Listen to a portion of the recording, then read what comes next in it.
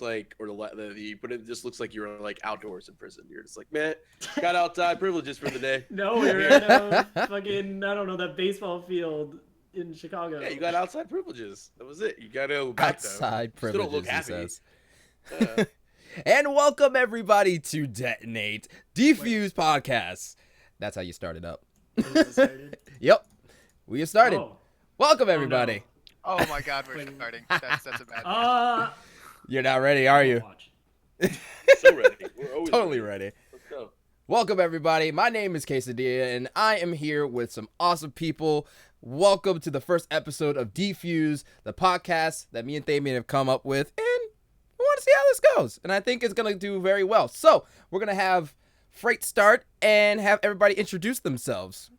So, Freight, go ahead. Hey guys, my name is Freight Train. I am the production manager and a Smite caster for Detonate GG. Also, just aspiring esports caster in general. Hang out, play video games, love esports, and that's really kind of just about me in a nutshell. And I'm a bit sick, so my voice might be a little bit froggy, so forgive that though. But otherwise, we're ready to rock. Next, Damien. Hey guys, I'm Damien. As Kesa said, I'm community manager with him on Detonate, part of the stream team. Thought up this podcast. Thought it'd be good to get some input on a lot of different things from different people in the community. So we're here to answer y'all's questions and answer a little bit of our own. Meryl. Hi, I'm Merle. I am mostly known for being on the Smite Reddit and doing the weekly AMAs. And I am the special guest for this week, here to help out and have fun. And lastly, Demise. Hi, I'm Demise. I stream a lot of Smite for Detonate GG. Playing a lot of Overwatch recently, dabbling in a lot of different games, but mostly just Smite. I'm pretty bad. I'm That's upset about it. Merrill didn't actually say that he wanted to do the long walks on the beach. I know, because he was talking about it Merrill, earlier. I was you were expecting it. I was very much expecting him. Is, I was is there a expecting it beach too. at Worlds? We can all go on a long walk at Worlds. I'm Well, sure there are that- beaches that's in Georgia, Atlanta. man, but I mean, we can make a beach. Like, it's just We some sand. can make a beach somewhere, Walk definitely. And lastly, you guys know me. I'm Quesadilla. I am also the community manager for Team Detonate. Holding managing the streamers on and stuff like that. Sometimes I'm a guest caster when they need me. And yeah, we're here to talk about video games. So we have a lot of things that we here to discuss on the docket. So first on the docket, what we have here is Nintendo removing content and squashing creativity. And what does it do to the community? So Thamin was the one who came up with who brought this up. So Thamin will be the one to talk about it more. Add some points. Yeah, there you go. The first big thing that happened with this was a YouTuber named Pangea Panga, who did a few ROM hacks back in the day, and then more recently some speed runs with item abuse glitches in Super Mario World. He had all of his videos stripped from YouTube and all of his content basically deleted with no cease and desist order, just removed by Nintendo. That was the first big issue, and then it evolved into Mario Maker, one of their prominent games right now.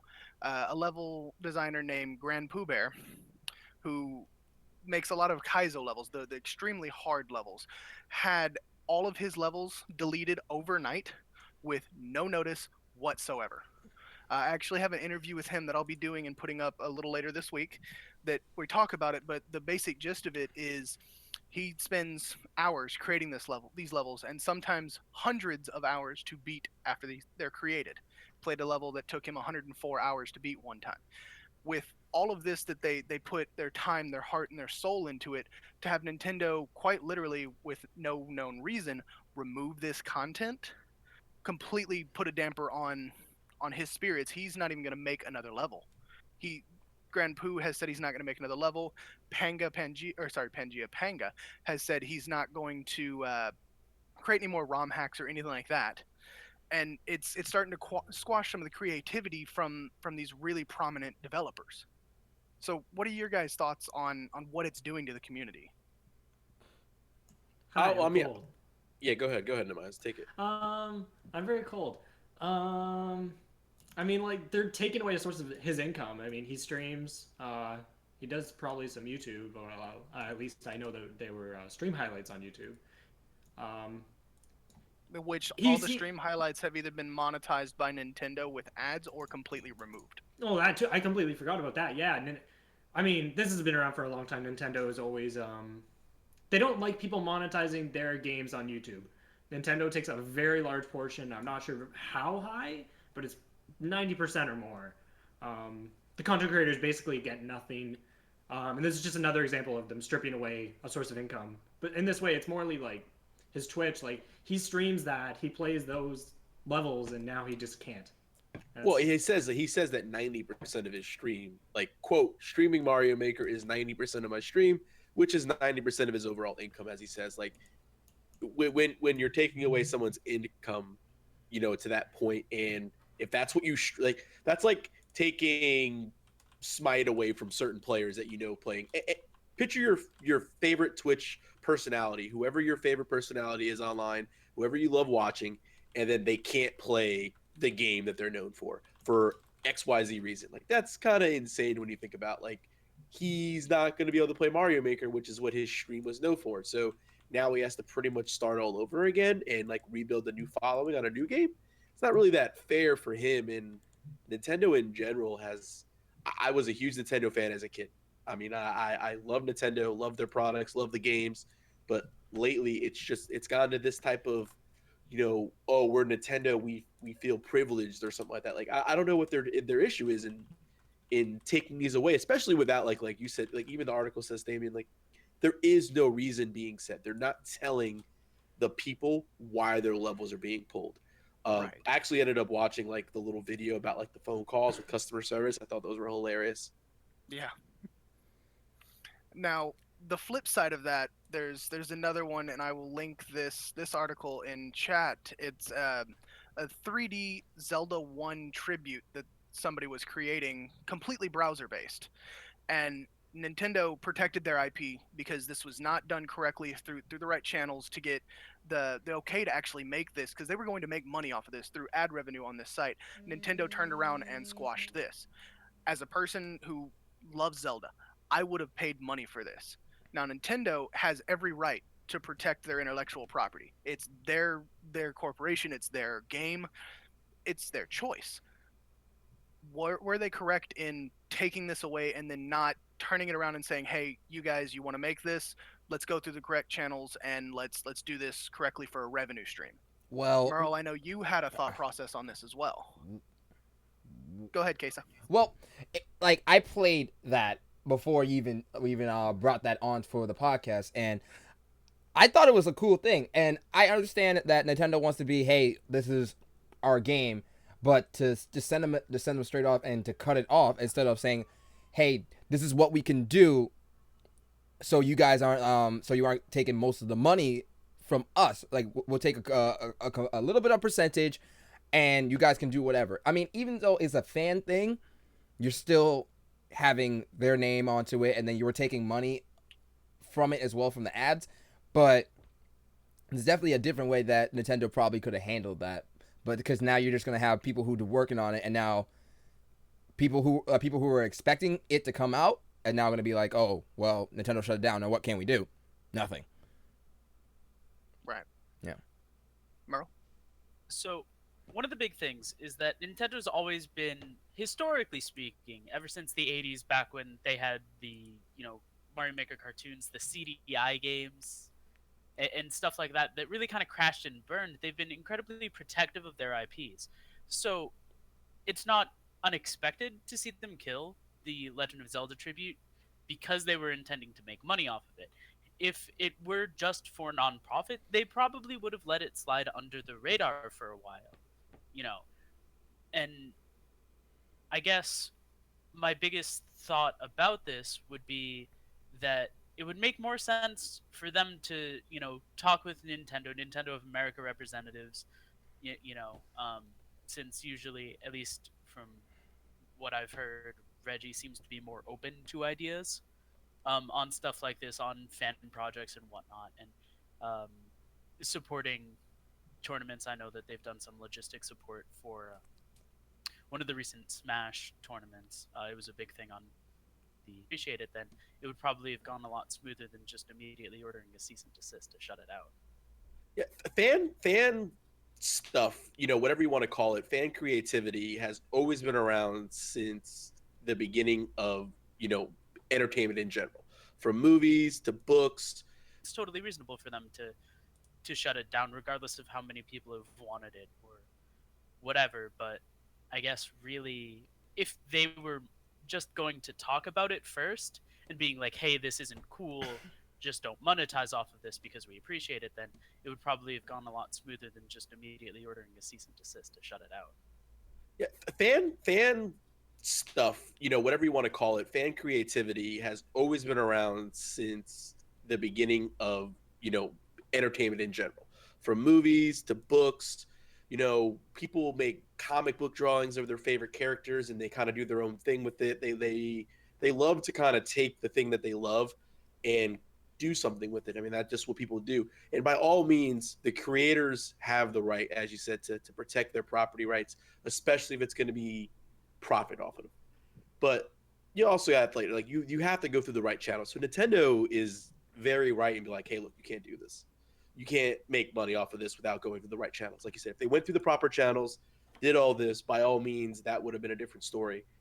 It's different from Mario Maker. Mario Maker is a Nintendo product that, you're sitting there, you're allowing people to create levels, but then you're not actually telling them like what's wrong. So it's kind of like funny how they go back and forth. Like one thing that you can make money off of, they're arguing with it and back and forth. But yeah, Nintendo has the right to protect their stuff. I mean, Zelda's awesome. Everyone loves Zelda. I mean, most people do, not everybody, but at the same time, like you can't just take Zelda and just create a browser off of it and expect to make money because you're going to run ad revenue and Nintendo not do something about it. Like that's just not going to fly. Like Nintendo's they have the right to sit there and stop that. Right. And as Merle said, they've actually sat there and done some back end logistic stuff for tournaments, but I rarely see full on involvement in tournaments. Like Capcom throws a lot of the tournaments for Street Fighter. There's the Pokken tournament. They are kind of doing some logistics, but they don't have as big a presence on the front line of that. Do you guys think that that's a good, I guess, business model's not quite the right turn, but a good way to go about that? They're supporting it without actually supporting in the front end. In my opinion. Nintendo forgot to grow up with the people that were supporting it. That's my opinion. Like they forgot to grow up with me and everyone else and really learn what this was about. Whereas Sony, Capcom, and other creators are actually doing what you said. Like they're the ones hosting tournaments. Xbox tournament, blah blah blah blah. Sony's hosting this tournament. Capcom is hosting a Street Fighter tournament. So on and so forth. Like these companies are hosting, and helping grow their product and their game. Nintendo is just like, nope, we're not doing anything. Oh, you're running a community thing? That's fine. We're not going to support you though. I mean, it's kind of tough. I mean, that we run the Smite community tournament, obviously with Friday Night Smite. You know how hard that would be if Hi-Rez was like, no, we're not going to give you any gems. We're not going to help you out. We would never do anything. Like it would be too hard. Like Nintendo's really just putting themselves in a bad spot with not opening up to the community in that aspect and at least looking at their options because the community's probably out there and is very much willing to help them do things. Absolutely. One of the big things is AGDQ and SGDQ. It's awesome games done quick in summer and normal winter ones.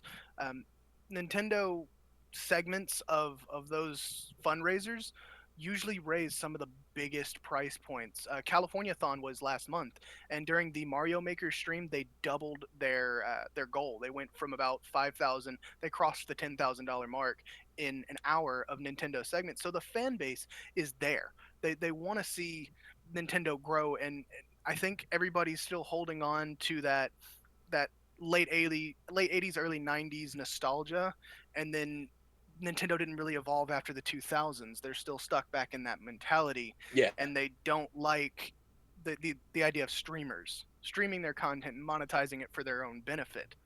But I know for myself, the only reason I bought a Wii U was for Mario Maker and Smash. That was because I watched a bunch of Mario Maker streams and I enjoyed them, and I watched a bunch of Smash streams and I enjoyed it.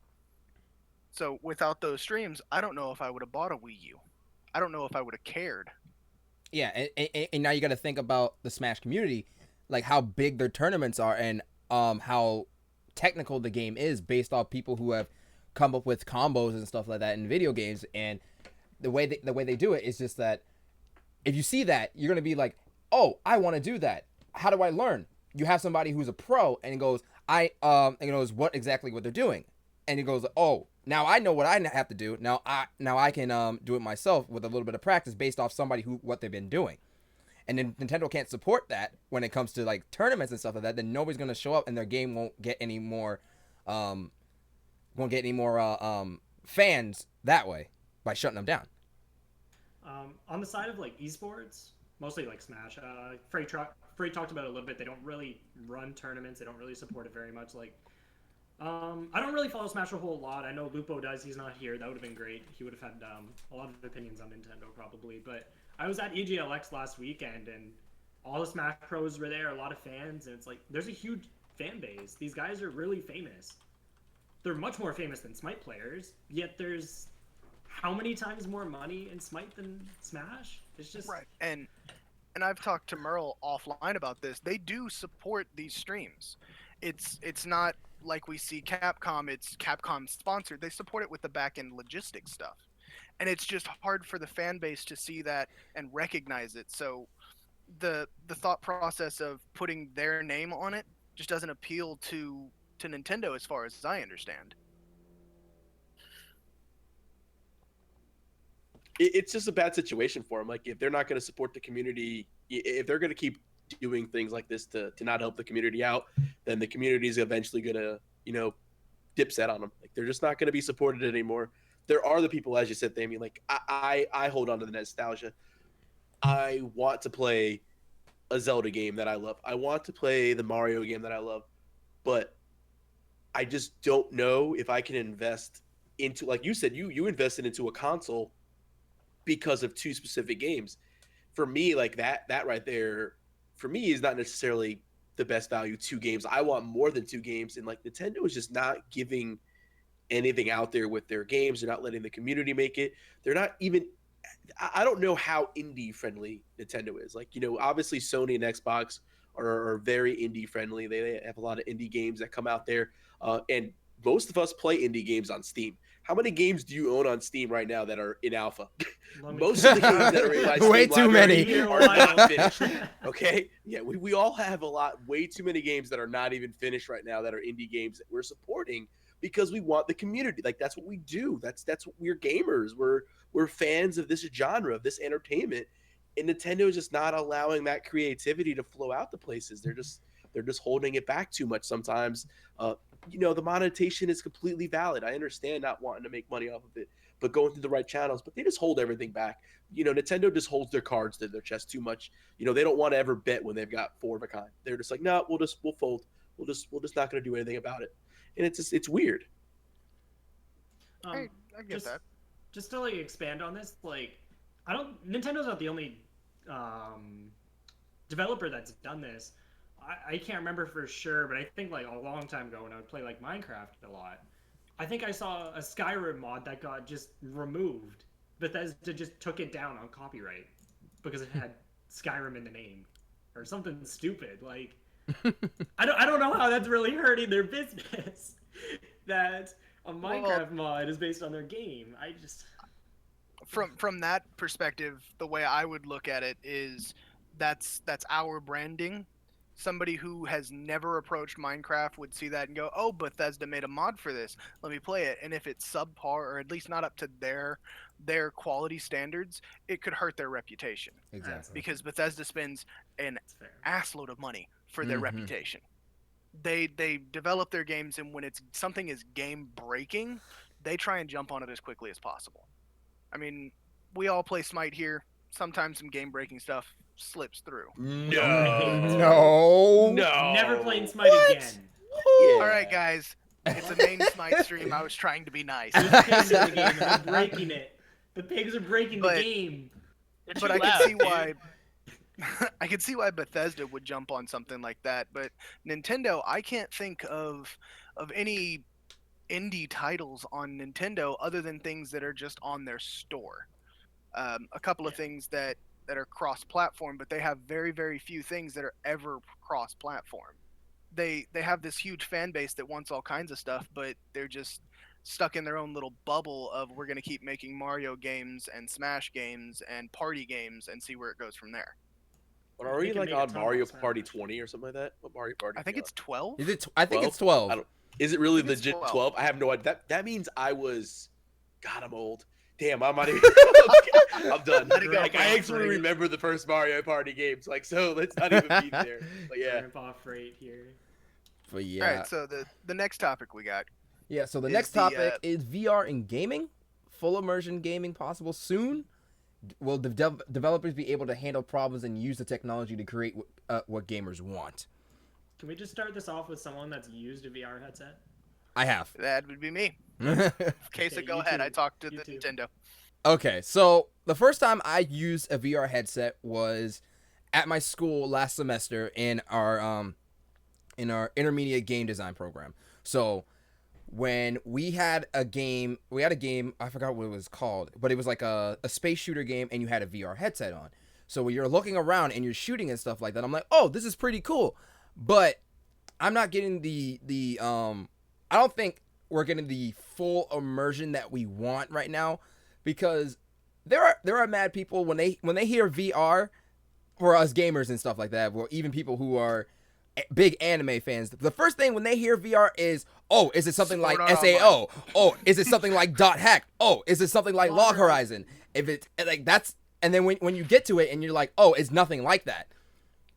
I mean, we want to get there, but we're currently at the point where it's like, think of it as VR being in alpha stage right now.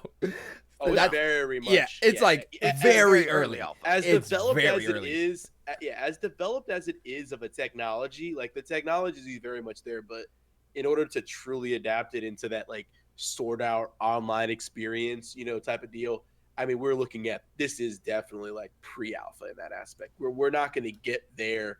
The full immersion aspect is probably going to be for a while. I've never used the headset or anything along those lines. And I'll tell you that Sword Art Online scared the crap out of me to ever use the Oculus Rift. I don't want to. So, I recently just watched SOA and I was like, oh, not getting the Oculus Rift ever. I don't want to get stuck. how long until I can die in a video game? And die in real life. Yeah, I don't want Stop. to. No I way. don't want to die, guys. I think I have a little bit of a unique angle on this. I go to QuakeCon every year down here in Dallas, Texas, and they had a demonstration of something last year called the Omni. What the Omni is the closest to full immersion that we have so far. You are in a VR headset With the with treadmill? earmuffs, everything like that. With the treadmill thing? Yes, basically it's a treadmill. okay. Well, what it is you have a special slip-on for your shoes that you stand in a ring, basically an octagon, about Yeah, let's say I've seen 4 these. foot Yeah. in diameter, and the floor is slightly angled inward towards the center, so you can walk and it feels like you're actually walking, but those shoes allow it to slip. Well, what the Omni does is it puts you in a game, and they were actually demoing this with Skyrim. It's put you in a game, and you're walking around. You're walking around as the character. It's the closest to full immersion that we have. Now, obviously, it was at that time incredibly early alpha stages, so there were still a lot of glitches to work out, but you had the full immersion. You had the I can turn and aim, and the angle of my hand actually affects the angle of the bow shot. And Yeah, I mean, how I I need that. block affects it. I mean, the problem that I have with this is that equipment in alpha stage was $4,000 for the base package, which only came with Whew. the base and the goggles. It's Mm. incredibly expensive. So is this something that in the next 3 to 4 years we're still going to see so astronomically pricey that nobody's going to ever buy it I mean, And then you've technology got prices the go down. True. very quickly? Very true. I And mean, then eventually, yeah. I mean, what starts off at $4,000 today in 3 years ends up being about 1,000. But- The technology gets easier. So it's obviously a very elite type of system that not many will have. Your average everyday person like myself and probably everyone. I mean, maybe you got some money, everybody on this stream. I don't know, and people watching, and listening. Maybe you guys got some cash. You can donate to us, by the way. No plugs. Yeah. Anyways, I'm just Hashtag no, free it's- You gotta Free plug Free in, Free trying to Free get Free that Free money. You Whoa. gotta get the money. But no, I'm just saying, like, obviously we don't have that type of money. Most of us don't to sit there and spend something like that. So yeah, we're stuck out of the loop with our our Oculus Rifts and so on and so forth. Well, and I don't think that's even out of the loop. I think that's the first step towards the full immersion. I'm sitting at my computer with a flight simulator, and I've got a joystick, and I've got the surround sound speakers. Well, the next step past that is having the Oculus Rift or the Samsung VR headset and being in the game, looking around. And then the step after that becomes getting in the treadmill type of thing with the Omni and actually moving around. I So could use that just for the weight loss. I'm not gonna lie. and that is one thing that brought it up to me. I mean, I'm a little overweight. I say a little. Nobody disagree with me. Uh, having something like No, you're Fallout fat. or Skyrim that you spend hours running across a map. Every gamer Fast on travel, the dog. planet that Fast gets it. travel. No, you disable it in the VR so that every gamer that Oh gets it no. loses weight. Ah, so Yeah, fun. that's it. Yeah. I mean, look. Yeah, I mean that's just the way to do it right there. That'd be pretty cool. Now Yeah, I have a and I question, think. Damien. Go ahead. I remember hearing when they were just starting stuff with the Oculus, they were trying things in Skyrim, and apparently, because of the scale of the game and the way it was built, when you played it in VR, it felt like you were moving way faster than you were. And you Yes. get like sick. That's real. Okay. When I was in the Omni, they had a sorry Bethesda, but Bethesda actually put this on, so they were okay with it, I guess. They had a cracked version of the game where they actually dialed down the speed to 1/3 of your normal walking speed. So if you're playing the game with a controller, it feels very arduous and slow. But when you're in the headset, you feel like you're walking normally, and it felt the strides felt natural. So that's another one of those. Demise, thank you for bringing that up. That's the sensory thing is how are you going to mesh real world senses with these gaming senses? How are you All right. going to get a parkour game? So I'm scared. one of my favorite books. It's one that came out recently. There's a movie that's going to be made of it. It's called Ready Player One. Ooh, I And know that one. so Yeah, it's a good. Yeah. basically what it is it's semi dystopian future. I mean, United States and all the other countries still exist, but like technology and pollution have pretty much fucked up everything. And so what happens is that they create this artificial universe. It's called Oasis, and there's basically full immersion. It's a system of haptic feedback. So what that means is that when you feel something in the game, you feel it in real life. That's what Damien was talking about with the strides feeling natural. That's really what VR is meant to achieve, is making everything about a game feel natural while still, feeling like a game. It feels foreign enough that you understand it is not real, but it's still realistic enough that you yourself feel the impact. And there's another step beyond that. Another thing, and I don't know where this has gone, but I experienced it 3 years ago. It was a demo of a vest. They designed it for police and FBI and any type of fighter training. That you were in a room, probably about 600 to 700 square foot open space. You put on a VR headset with a chest, a vest, a vest piece that you're going through this training simulation with a fake gun and clearing out rooms.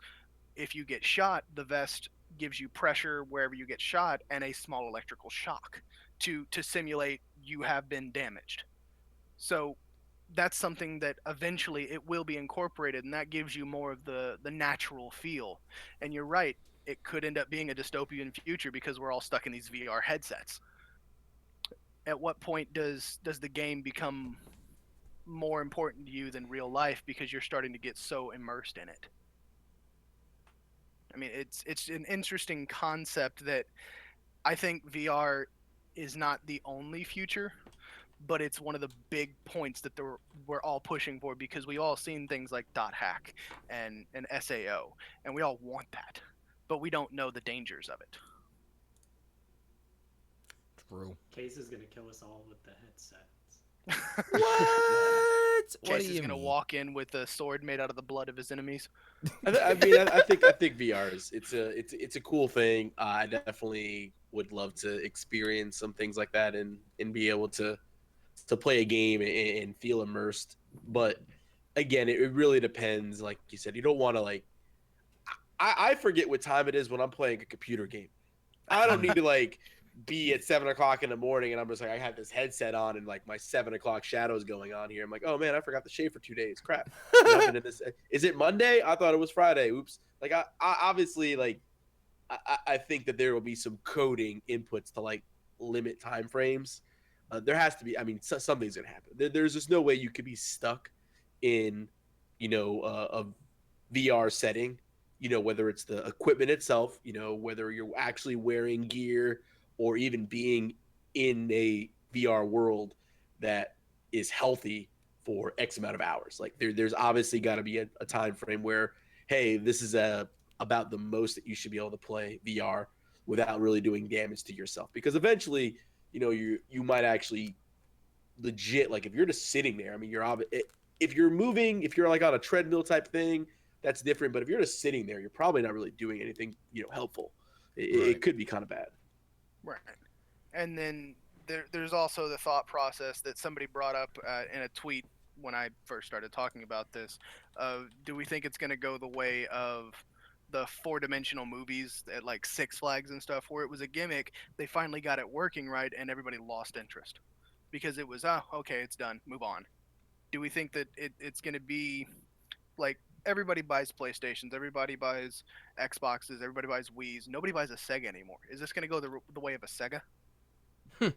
I mean, honestly, it's what's going to determine a lot of this stuff is this. We'll see. It's just obviously going to be the community. We'll just see if the people want it and the people, if there's games out there for it. Like, what is really going to be the design for it? Are we going to be playing Skyrim? Do people want to play Skyrim? The new Elder Scrolls 5 or whatever the hell it's going to be called. It's 6, 7, whatever it is. Do you actually want to be walking around for miles and miles and miles and holding up a fake sword and holding up a shield for hours on end? Like, is that something that everybody wants to do? Probably not. Like, so it is gimmicky. I know, Demise, you're saying yes, but we got to think about the common consumer. That's the thing. The common person, the common man is not going to want to do all that. Not at all. Like, I would do it for the experience at least once, but once I've done it, I'm like, oh, that was really cool. That was a lot of fun.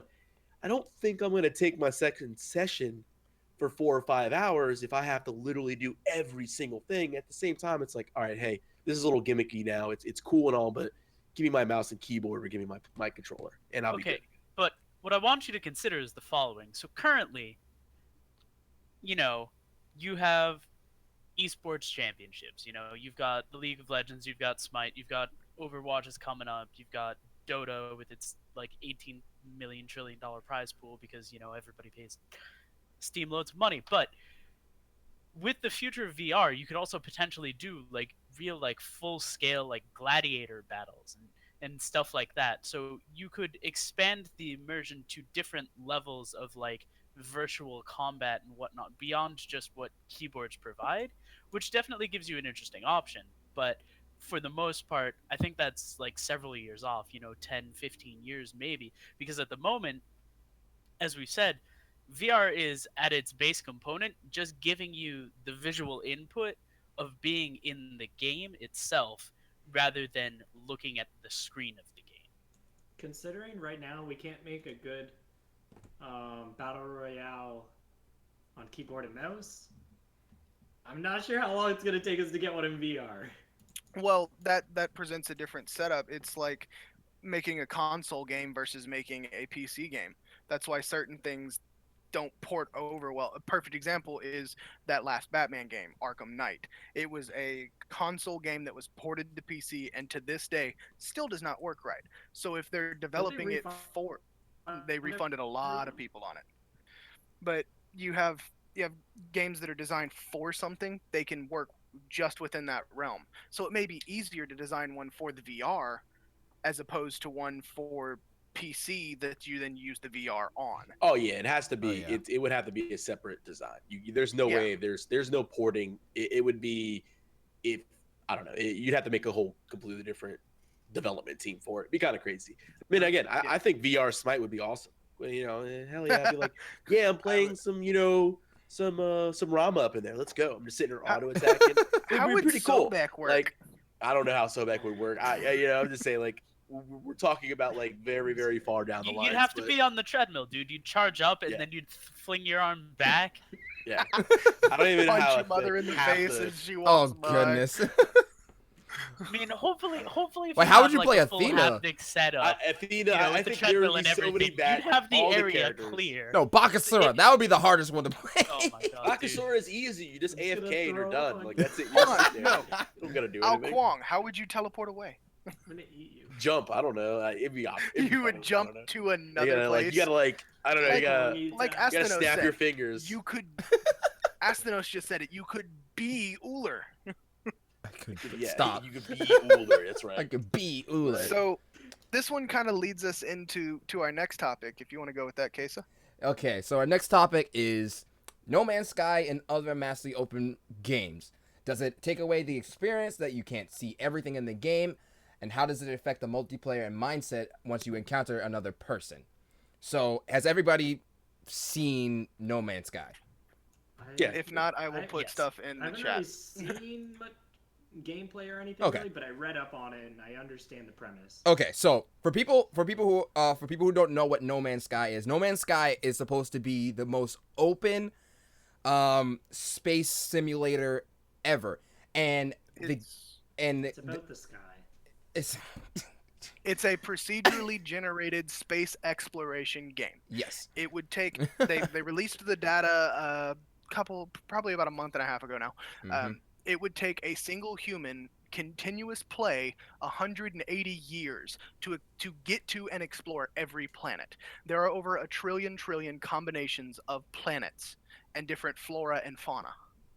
Now, Yeah, it's weird. That's kind of crazy. Like I I'm don't actually even know. really excited for this. I can't wait. I don't- It sounded cool, but then I read more, and it was like, Then you you can't invite people to play with you. You Yeah, it's probably like, won't find friends. And it's like I don't want to play with. that's the main reason of what we're trying to get. Does it with a game like that that's mostly around exploration and the game is always online? Do you feel that it takes away that that feel of, hey, I can't play with my friends, but I can run into somebody? Because have anybody played Journey? Yes. Because Journey's the same thing.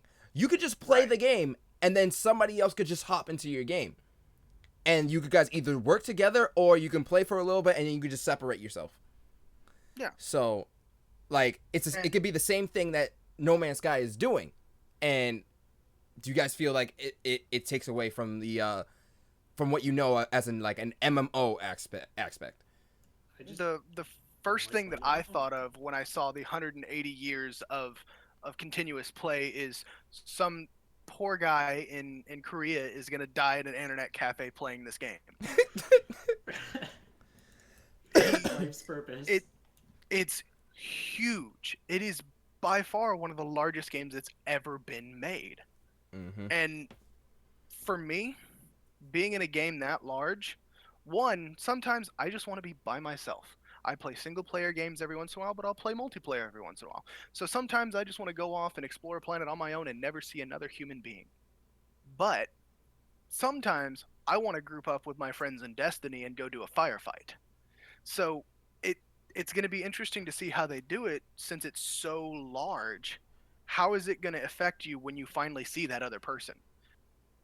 I'm gonna You have kill the him. mentality. It's pretty easy. I'm gonna kill him. Yeah, Stop talking everyone's about gonna- Division. No, I'm just gonna Everyone's shoot. Yo, Like, it's a rando. Let's yeah. shoot him. it's just a rando. Like, I don't know you. Like, if I don't see Fabian, Queso, Marital Demise, or anybody else I know, they're gonna get shot in It'll the be like face. the Like, that's first simple. time two human Just beings drive them ever over with saw the each other. spaceship. They're gonna be like looking Yeah. at her, Family at each van? other funny. Like there's gonna be some hand yeah. gestures. I don't know, man. But I like, think But what I if don't you're think they're like, gonna be friends? because remember in the game there are also going to be AI as well. So based off what I've seen in the No Man's Sky trailer is that there are fleets of AI ships that can and will kill you.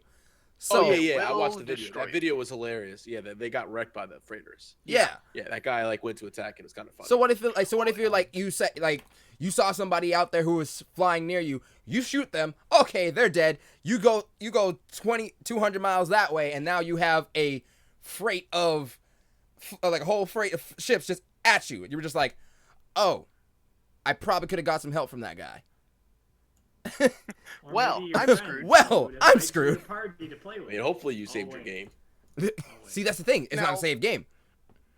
No, they're safe. He It's saved in the game. He saved well, in like it's the it's whole a thing. continuous save like Yeah.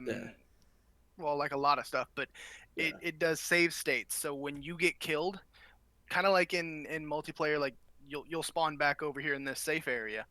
But if you had stuff on you you were trying to collect, you just lost all that. Yeah. I mean that's standard 101 MMO Yeah. type things. I'm fine with that. Like as far as like No Man's Sky being that large of a game, it's dangerous because it is trying to do so much that it might end up failing because it's going to do too much. So Like I mean, much, obviously a yet lot of so people are little. probably going to buy this game.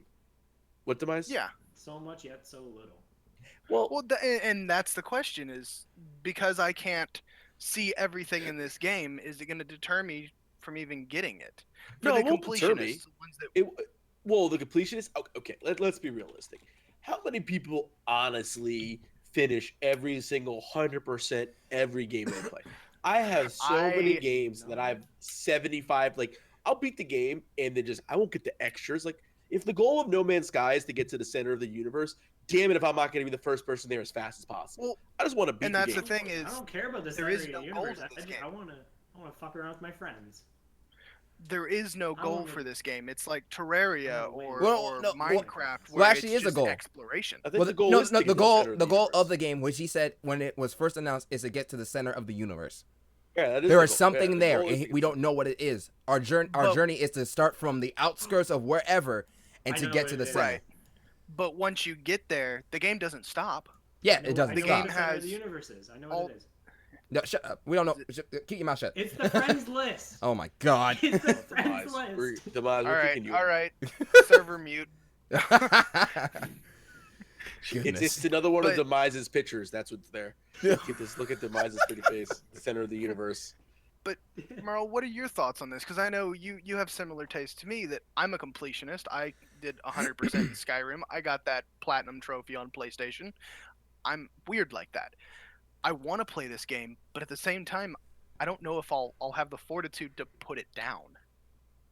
Yeah. So one of the big things is that I mean, I am not like Roy from Challenge Finders or Ray from Achievement Hunter. I don't go for like completing the achievements. What I want is the complete story. So like there's still like I think 12 different challenges I could do in Bastion if I really wanted to play the game right now. But I've completed the story. I've done both different routes. You know, I've beaten Saints Row 4 like 5 times over doing different, things. I mean, granted, dubstep gun's still the best weapon in the game, but like Beating there's a people with million dildos. collectibles that I still haven't gotten. So my driving factor is a good story. But even then, I still play games like Minecraft. These procedurally generated games where there isn't really any true direction. Like, yeah, there's an end point that you can get to, but exploring the game and witnessing, what the game has to offer is so much more and somehow more exciting. So I feel like in the end, to me, if I were to get No Man's Sky, that yeah, I would probably travel to the center of the universe, complete whatever story it has set out, but I don't think I would stop. There's some sort of casual allure of just, the mysticism of exploration and all that you can get pulled into this world, these series of worlds, this entire universe that's completely different from our own as far as we know, because the game isn't out yet and we haven't had any real reviews or whatever. And you get to enjoy, a different reality, just completely casual, and And lonely. it's open enough that you don't have, a constant, chance to run into other people or whatever, because there's trillions of different planets and different locations, and even if you're on the same planet, it's going to be difficult to find other people. Like in the interview about the effective lack of multiplayer, one of the comments made by the developer was like, yeah, you can end up being on the same planet, but like what distinguishing features are there? They're like, hi, I'm on this mountain and you're in a valley. That's not really helpful. So I wish that multiplayer had a better option to just like instantly fast travel to your friends or whatever. But beyond that, even still, just exploring the game and witnessing what it has to offer, I feel is going to be pretty fun. Yeah, I mean, definitely agree with you, Meryl. I There, agree. like, I feel like that's weird that they don't have like some sort of invite system for friends to at least want to be able to play with people. Most games have that feature, even if it's a solo game. Like, hey, come hang out with me, come play with me. I understand like No Man's Sky is like solo thing type of deal, and hey, you never know. Maybe you just have a really good time. You go to the universe and you find some beach planet, and you're like, you know what, this is home, and you just make that home. She's like, this is my planet, because like you can name the planets, and you can name like that one guy was naming everything Anthony. It was like, oh, this is a C Anthony. This is a big Anthony. I'm like, oh, okay, like that's cool. Like, there's gonna be people out there that name whatever after stuff like, hey, I named that, like that's the freight train planet or whatever. Or that's the Thamian planet, or that's the prison planet that the Mize is from. I don't know. Demise, you Damn are the prison. father.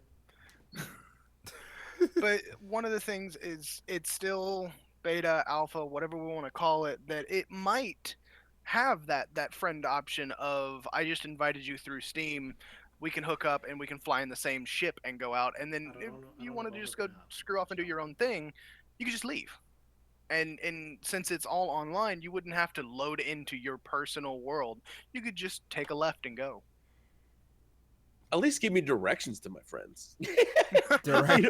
Like maybe don't like He is- don't instance, like don't MMO instance me into like that, but like at least give me like, oh, your friend is 700 light years away. Ah, shit. Okay, well I got some traveling to do, buddy. I'll get there. That's when you make a new friend. It'll take me 2 hours to get there. That's when Or you I make a drive new 10 friend. minutes to your house. What do you want? I can either bring a 6-pack over right now, we can drink, or I can try to get to you. Man, guy. I don't know what's gonna happen. I mean, I for one, when I first saw this, was at E3 2 years ago, and when they debuted it, they said, "Who likes to explore?" Well, time to die while you explore.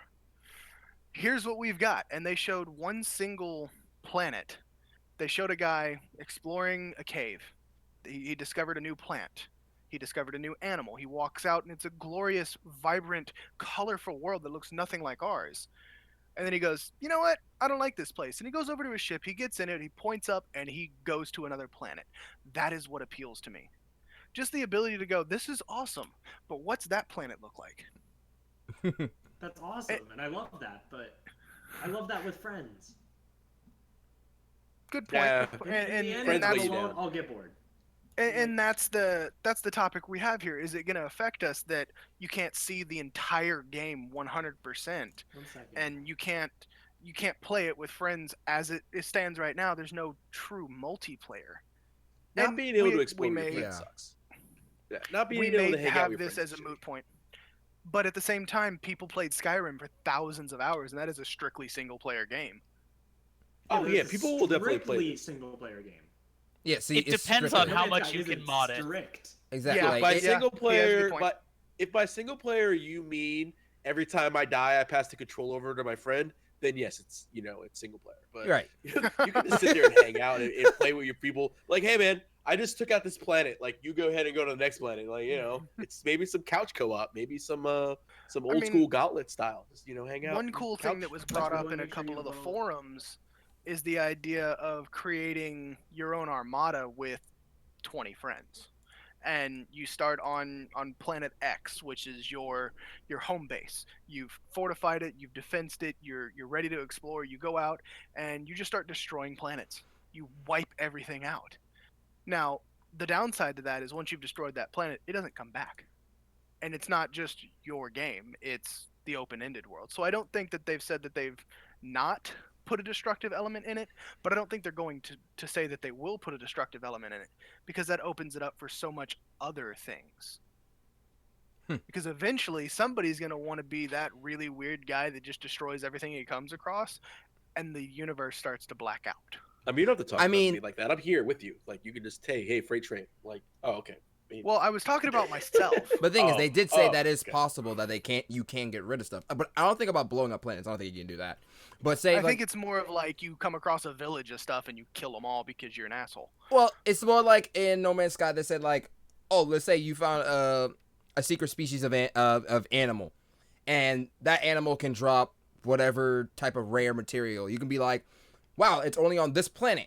I could be a dick and go, kill it all. Kill every single one that's on that planet. It will be extinct. So you could do that. Aren't we already doing that in real life, though? We are. I mean, yeah, we are. Oh, We definitely social statuses.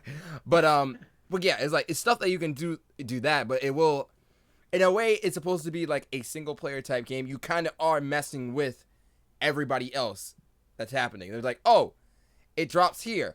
Okay, cool. We know it's over there. Wait, where's that animal? Oh yeah, that guy, the guy who was on this planet like 2 hours ago killed them all. Yeah, but Well, I crap. also feel like I feel like the game can't be programmed. If there's a rare resource that you need, you've got to be able to obviously, like from the video I saw, you can gather resources from planets. As you said, maybe I kill all the animals and I'm just like I make them extinct on that planet. I'm thinking someplace in like the 180 years worth of exploring, that animal's someplace else. Oh yeah. Hopefully That's how it it's is. like I have a plan. It's foolproof. From what they've said, it's procedurally generated, so eventually that planet will repopulate it. You'll have a random spawn of 2 of them who will then copulate and create more. Right. So Yeah, what if that's we fine. get hundreds of thousands of No Man's Sky players together, and we all make a deal? We will blow up all the planets until they let us play together. I'm done with you, Demise. Oh, I mean, demise. chances are, once the game comes out, you're gonna immediately have you know some sort of group of people from Reddit or wherever who are gonna try and map out as much of No Man's Sky as possible Oh, definitely. that they physically can. And they'll find each other, they'll do the overlaps, they'll start figuring it out and piecing it together. But ultimately, the game is still open. It's all about the exploration. So why would you destroy and ruin the experience for other people? I mean, No, eventually, ruin- yeah, it'll repop. Hard as they used to be. Not as hard. As Yeah, I like- expected. Yo, nothing's as hard as like the original Mega Man. Let's be real. Come on. Well, Like get out of here. Maybe- Man, Battletoads. like maybe you original guys Mega know Man more. Battletoads. Like, dude, have you played what is it? Oh my gosh, I forget the name of it. I had it before this podcast. Crap. Ghost and Goblin. Kesa. Okay, so the next topic is the ultra hard niche, and now the game around that would be Dark Souls. Dark Souls. So, what it brings to the new generation of gamers and the ability to look up strats like never before, and are they truly as hard as they used to be? Not as hard. As Yeah, I like- expected. Yo, nothing's as hard as like the original Mega Man. Let's be real. Come on. Well, Like get out of here.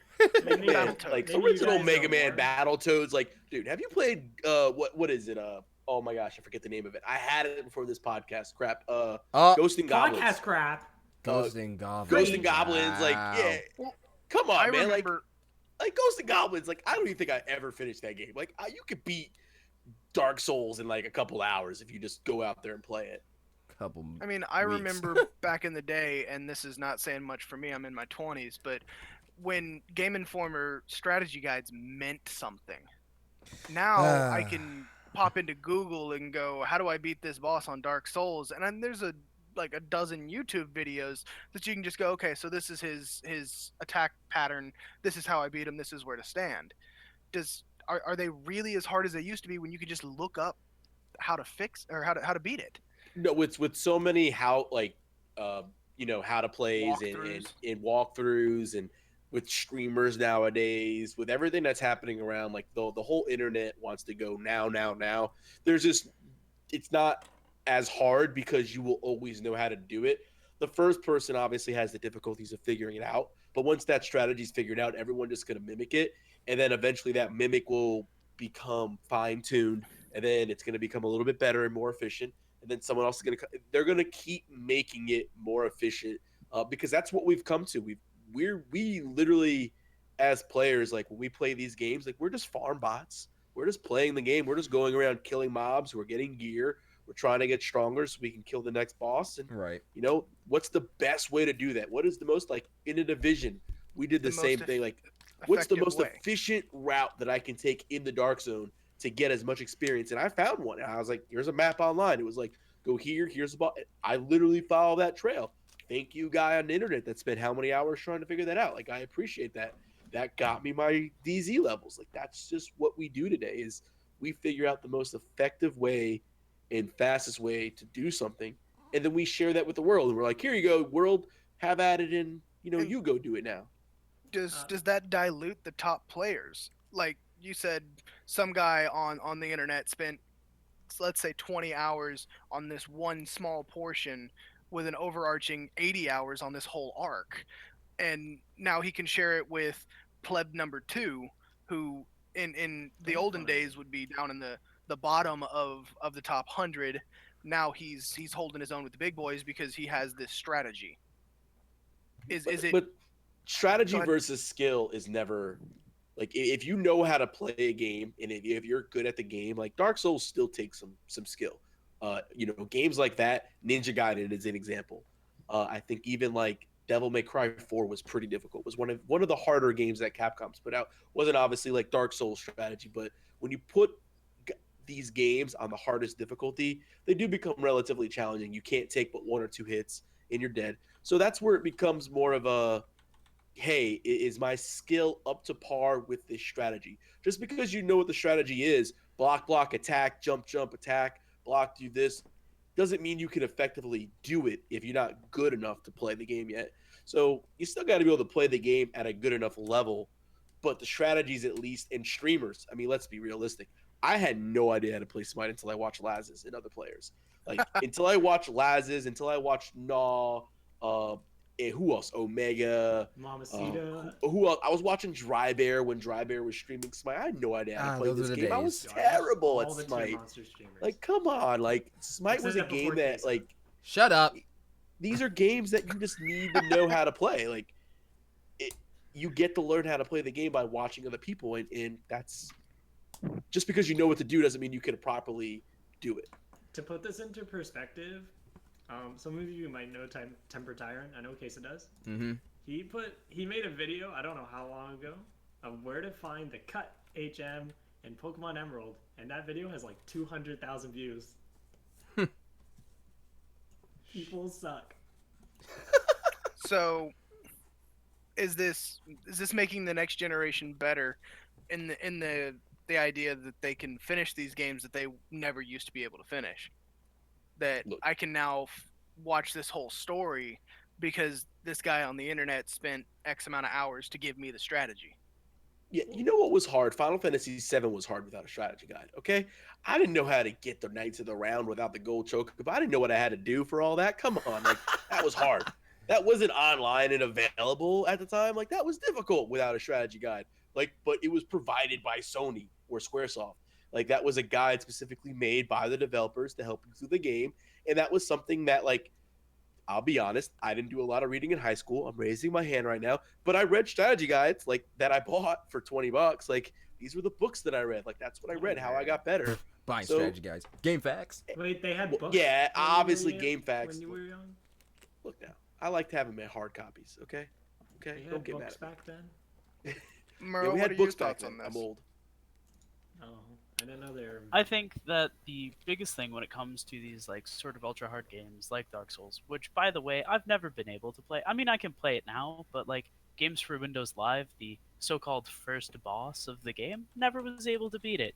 So there's always something when it comes to these style of games. Actually- And if I took the time, read up on a little bit of the confusing parts of the game, I could probably play through it and do relatively well.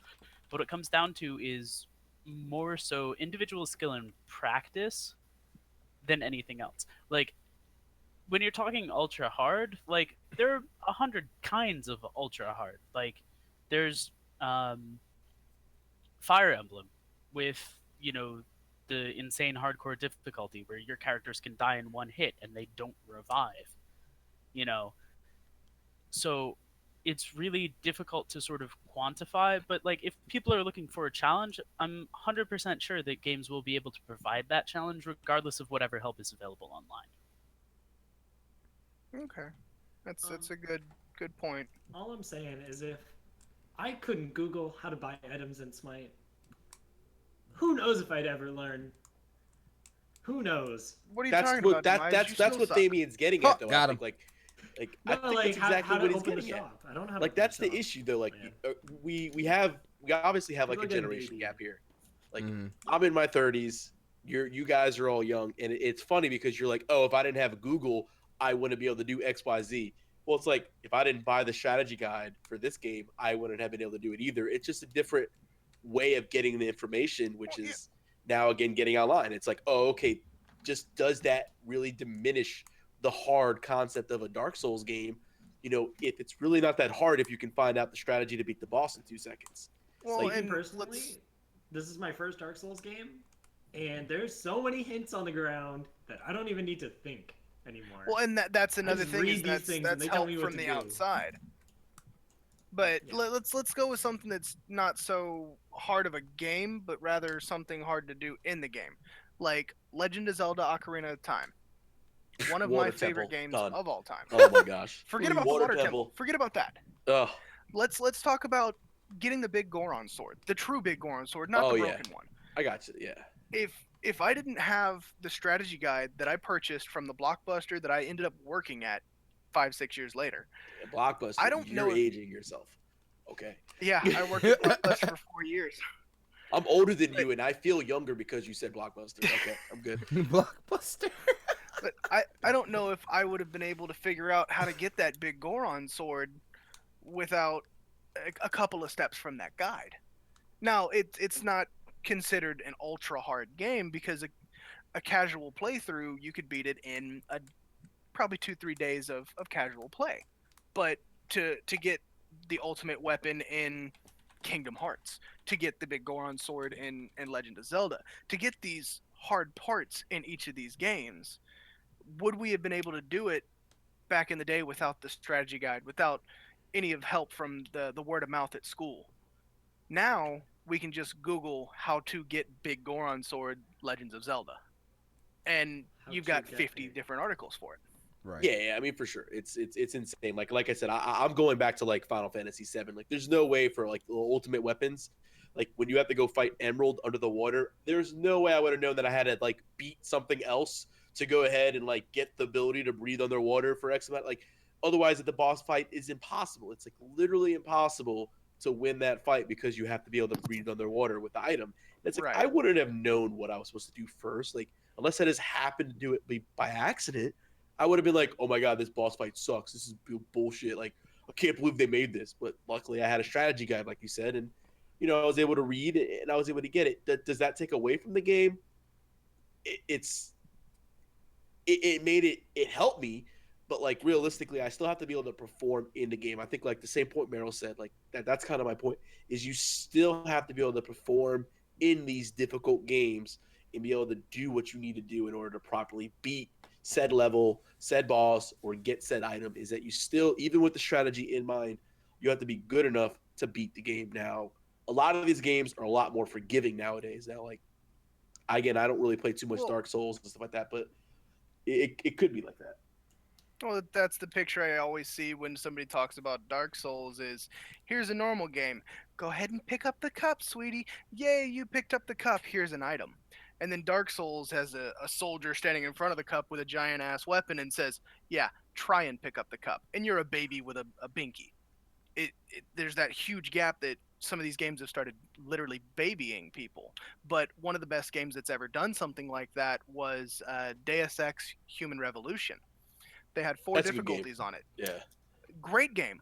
I played that game on the lowest difficulty, which was called Tell Me a Story. And the description on it was not for people who are unfamiliar. It was for somebody who does not care about the difficulty and the challenge of the game, but wants to be told the story.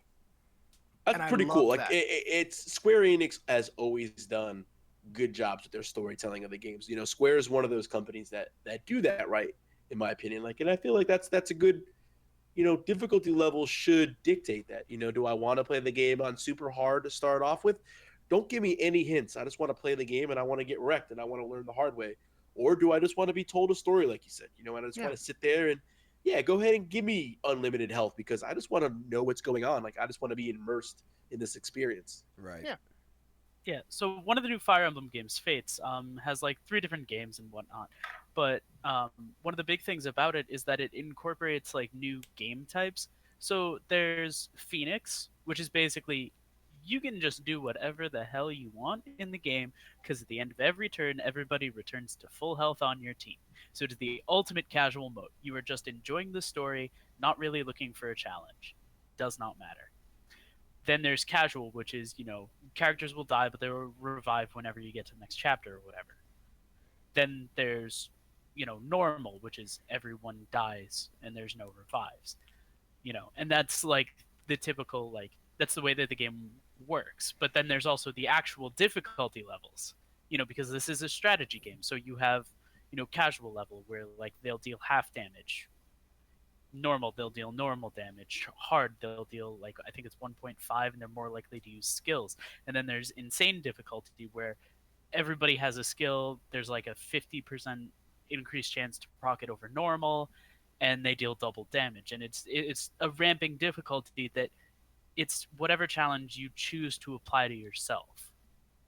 I like that. Like that to me is awesome. Like once I've played the game on, let's say if I've never played Fire Emblems and I wanted to go ahead and just pick it up, I'll play on the casual setting probably just to kind of figure it out. And then once I got my hands in, it's like, hey, you know what? I want to play this again, but I want to play it harder.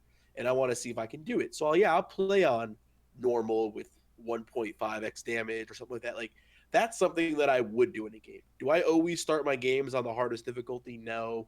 I'm like, if I get Doom on the PC, I'm not gonna like play on instant hard mode. I'm just gonna play on casual, go kill monster mode. Like that's what I'm gonna go play on. And then eventually, if I really want to be challenged, I'll go play on hard. What, you saying you don't want to play Diablo on Torment 10 immediately? Please What stop. could go wrong? I actually learned my lesson about that game. Yeah, let's not do that. Please, Frank, let's go there. I thought Inferno difficulty was going to be a joke. And then I went to Inferno, and this was like pre-patch when Diablo was bad. Then Diablo became good. Oh my god. I got wrecked. Yeah. Just a bit of a question. I don't know. I don't think this is really a hyper difficulty thing, but the Ebony Knight in Skyrim. Has anyone here beaten him? The Ebony Knight. Yeah. Yeah. You guys all got to level 80 legitimately? Yeah. Yeah. Man. I have two characters that are max leveled. Man, all I'm saying, there is no max level anymore. All Well, I'm saying I is consider it max level when I can punch somebody with nothing on and it destroys I them. can consider all it I'm saying max is level my when I stop attention playing the span game. sucks and I can't do it. That Well, is that's hyper just difficulty that's for just me. yeah. I That is think the the hardest picture thing that for me Merle, ever. I think the picture that Merle linked in chat is a good reference for you. I think you just need to get good. Oh, got him. You know what? You How might can I want to get go put good some if ointment I'm on. not That burn good? hurt. Somebody call you I mayor. have ADHD, Jeez. I can't pay attention. I'll every couple of weeks I'll be like, I need to go back to Skyrim and try to get to level 80 and fight the Ebony Knight. And I'm like 74, and then I get like half a level and I'm like, I'm bored now, or Skyrim crashes and I just don't want to relaunch it, and it's like, oh. So in conclusion, Demise can't handle games that require too much attention. It's too hard. So we've learned that. So obviously, Demise is the guy that's going to be googling everything to figure it out. I'm not really having much trouble with Dark Souls, but man, Skyrim. All right, if Skyrim's your hard game, I feel bad for you. Yeah. Wait, but, Skyrim's your it's hard just game? If you're having Sitting there Skyrim problems, I feel Yo, bad for you, I son. want like we got like 9 viewers in chat, and I think like 5 of them are us. But anyways, like the other people that are here, like just shoot out the hardest game you played in chat. I want to know what the hardest game in your opinion All that time. you played is. Oh. Yeah, like just whatever you played. Like, Battletoads you 2. can age yourself. Whatever. Battletoads 2 is no joke. Me and Thamian are near the same age, which is why it's kind of Me- like okay. Like For me, wanna I play think it Iron had to Man. be Mega Man X4. Mega Man, Oh, Mega Man's Jesus. no joke. Mega Man X4 is no joke. I tried streaming it last year. I didn't And beat got no your boss. ass whipped. I beat no boss. I tried every single boss. I can make it to the boss room. I can't beat him. Could not beat him. I was like, Ooh, how Joe Strand.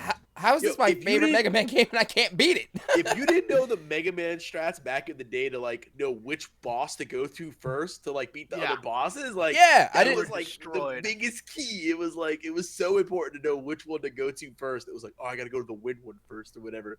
Like if you went to the ice one first, you got screwed. It I was got terrible. It was like, bodied. That's the oh. first Alright, one I so went Mega to too. Man. Mega Man's definitely a hard game for sure. Dude, Mega Man Zero screwed me over so much because Another Mega Man game. Okay. Yeah, Mega Man yeah. is hard. dude, I don't know what it is, but like Mega Man Zero, and talking about the first one, it's got like multiple iterations and there's like a bunch of different things. And it got easier as time went on because like they shifted the difficulty from whatever. But like, there's like 4 main bosses, and then you fight like anti-Mega Man, like a corrupted Mega Man program or whatever. So like And- the water temple. So I guess Not kind of like a dark Mega Man, like a Dark Link, but like with those 4 main bosses that were his like lieutenants, each one of those took me like weeks to beat because I just had to practice and legitimately get good, and that was a Get challenging good. game, and it was ultimately fun too. hashtag get Like good when I got boss. frustrated, it wasn't like I got cheated by like a thing hitting me within a pixel. It's not like I'm getting insta sniped by a Hanzo when he shoots me in the leg.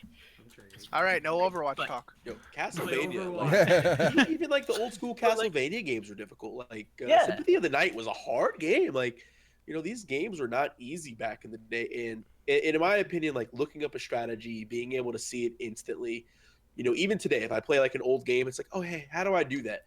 Like, it doesn't necessarily take away from the whole experience because again, like Meryl, like, and I keep 100% agree. You still have to get good. You just have to get good, man. You just have to get to a point where you're good enough to apply said strategy. Exactly.